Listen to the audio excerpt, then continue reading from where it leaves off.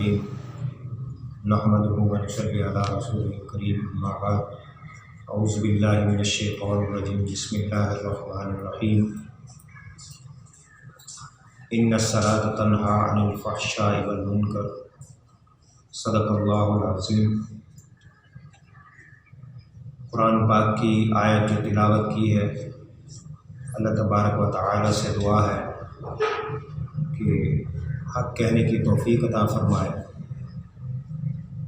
بے شک نماز بے حیائی اور برے کاموں سے روکتی ہے۔ اللہ تبارک و تعالی نے قرآن میں یہ واضح فرما دیا۔ اور دوسری بات شیطان کے متعلق کہ شیطان کوئی شرابی نہیں تھا، کوئی زانی نہیں تھا، کوئی غلط کام نہیں کرتا تھا، اس نے بھی سجدے کا انکار کیا تو قیامت تک کے لیے اللہ کی درگاہ سے دھتکارا گیا۔ حضرت عمر فاروق رضی اللہ تعالیٰ عنہ کے دور میں ایک عورت اور ایک شخص کا آپس میں ٹاکرا ہوا۔ اس شخص نے کہا کہ میں آپ سے شادی کرنا چاہتا ہوں۔ انہوں نے کہا کہ یہ ناممکن ہے۔ 2-4 مرتبہ کہنے کے بعد اس لڑکی نے یہ کہہ دیا کہ آپ حضرت عمر فاروق رضی اللہ تعالیٰ عنہ کے پیچھے 40 دن نماز پڑھ لیں تو پھر آپ جہاں کہیں گے میں انشاءاللہ آ جاؤں۔ تو 40 دن کے بعد پہلے اس شخص نے اس لڑکی کی طرف پیغام بھیجا تھا، تو بعد میں اب لڑکی نے پیغام بھیجا کہ میں آپ سے ملنا چاہتی ہوں، کہاں ملوں؟ تو انہوں نے کہا کہ آپ نے جو مجھے راستہ دکھایا تھا میں اس سے مل چکا ہوں، یعنی اللہ تعالیٰ کی ذات سے مل چکا ہوں۔ تو اس لڑکی نے اپنے والد کو بتایا، تو اس کے والد نے جا کر سیدنا عمر فاروق رضی اللہ تعالیٰ عنہ کو جا کر بتایا، تو انہوں نے بے ساختہ پھر یہی آیت پڑھی، ان الصلاۃ تنہی عن الفحشاء والمنکر، بے شک نماز بے حیائی اور برے کاموں سے روکتی ہے۔ آج معاشرے کے اندر دیکھیں، ہسپتال بھرے پڑے ہیں اور تھیٹر بھرے پڑے ہیں، سینما گھر بھرے پڑے ہیں، ہال بھرے پڑے ہیں، گراؤنڈ آپ کو فل نظر آئیں گے، فحاشی اور عریانی عروج پر ہے، مگر مساجد جو ہیں وہ ویران ہیں۔ ایک یہودی کہتا ہے کہ جس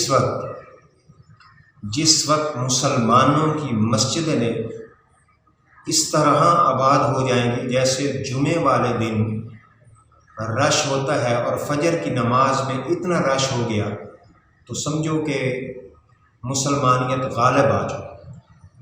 آپ دیکھیں رمضان المبارک کا بابرکت مہینہ گزرا ہے، تو دوسرے دن تیسرے دن آپ دیکھیں کتنے ساتھی تھے جو نماز پڑھ رہے تھے۔ بیچارے امام صاحب جو ہیں وہ انتظار میں ہوتے ہیں کہ کوئی آئے تو چلو نماز تو پڑھی جائے، 2 ساتھی تو ہوں، 3 ساتھی تو ہوں۔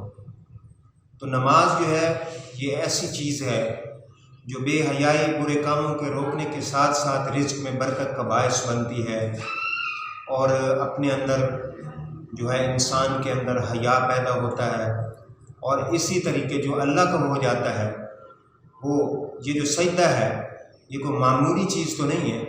جب انسان سجدہ کرتا ہے تو سر اٹھانے سے پہلے اللہ تبارک و تعالی اس کے گناہوں کو معاف فرما دیتے ہیں، اور جتنی دیر اس کا سر سجدے میں رہتا ہے اتنی دیر اللہ تبارک و تعالی کی رحمت برستی رہتی ہے۔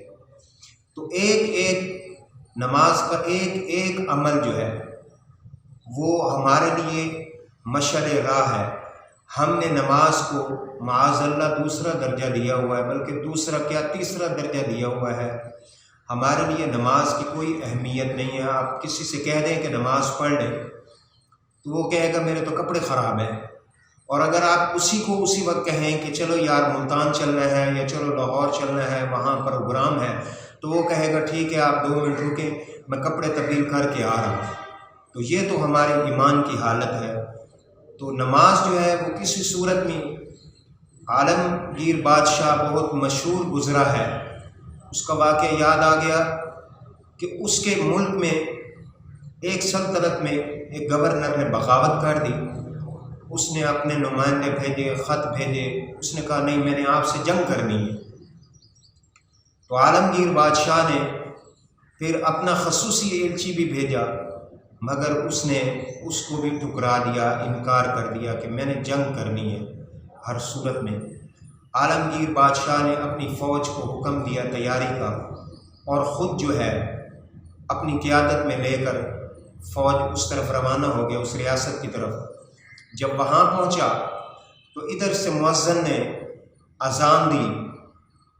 اب سامنے ریاست کے دشمن جو فوج کھڑی تھی اور ادھر سے مؤذن نے اللہ اکبر کی صدا بلند کی. تو عالمگیر بادشاہ نے اپنے تمام جو فوجی اہلکار تھے، جو رفاع کار تھے، ان سے کہا کہ جلدی وضو کیا جائے. وضو کر کے نماز پڑھی، سجدے میں گئے، اور اس کے بعد جب سر اٹھایا تحیات پڑھی اور پھر سلام پھیرا تو دیکھا کہ اسی سلطنت کا گورنر جو باغی تھا وہ عالمگیر بادشاہ کے قدموں میں آ کر گرا، اور اس نے کہا مجھے معاف کر دیں، مجھ سے غلطی ہو گئی ہے. اس نے کہا میں نے تو تیری طرف ایلچی بھیجے تھے، میں نے تیری طرف خطوط بھیجے تھے، میں نے تیری طرف جو ہے پیغامات بھیجے تھے، اس وقت تو نے انکار کیا، اور اب تو میرے پاؤں میں پڑ رہا ہے کہ مجھے معاف کر دے، مجھ سے غلطی ہو گئی. اس نے کہا بادشاہ بات یہ نہیں ہے، بات یہ ہے کہ ادھر سے ہماری فوج تیار تھی، ادھر سے آپ بھی آئے ہیں، تو میں نے دیکھا ہے کہ خوف کے اس سائے میں آپ اور آپ کی ساری فوج جو ہے وہ سجدہ ریز ہے. تو میں اسی وقت سوچنے پر مجبور ہو گیا تھا کہ جو رب، جس رب کو یہ سجدہ کر رہے ہیں، جس رب کو اس وقت یاد کر رہے ہیں، اس خوف کے سائے میں یاد کر رہے ہیں، نہیں چھوڑ رہے، تو وہ رب بھی ان کی مدد کو کبھی نہیں چھوڑے گا، ان کی مدد اور نصرت کرتا رہے گا.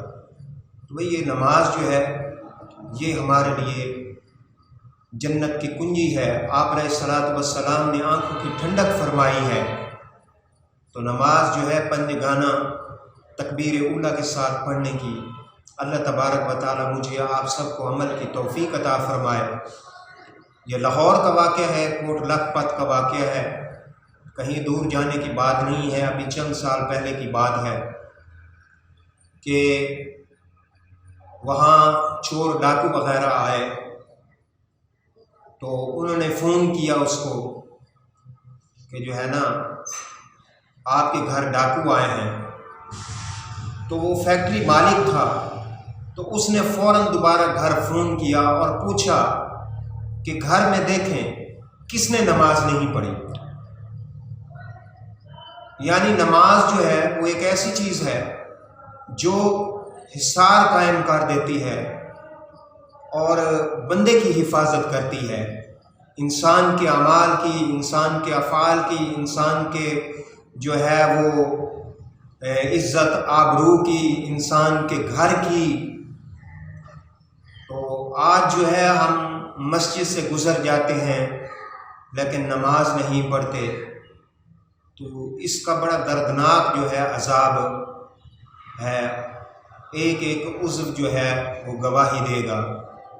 تو نماز جو ہے وہ کسی صورت بھی چھوڑنی نہیں چاہیے، جس کو آپ علیہ الصلوۃ والسلام اپنی آنکھوں کی ٹھنڈک قرار دے رہے ہیں. قرۃ عینی فی الصلاۃ او کما قال النبی صلی اللہ علیہ وسلم، نماز میری آنکھوں کی ٹھنڈک ہے. تو دعا ہے کہ اللہ تبارک و تعالی مجھے آپ سب کو نماز پنجگانہ تکبیر اولیٰ کے ساتھ پڑھنے کی توفیق عطا فرمائے. جو کچھ کہا اللہ مجھے بھی عمل کی توفیق عطا فرمائے، کمی کوتاہی ہو تو اللہ معاف فرمائے. وآخر دعوانا الحمدللہ رب العالمین.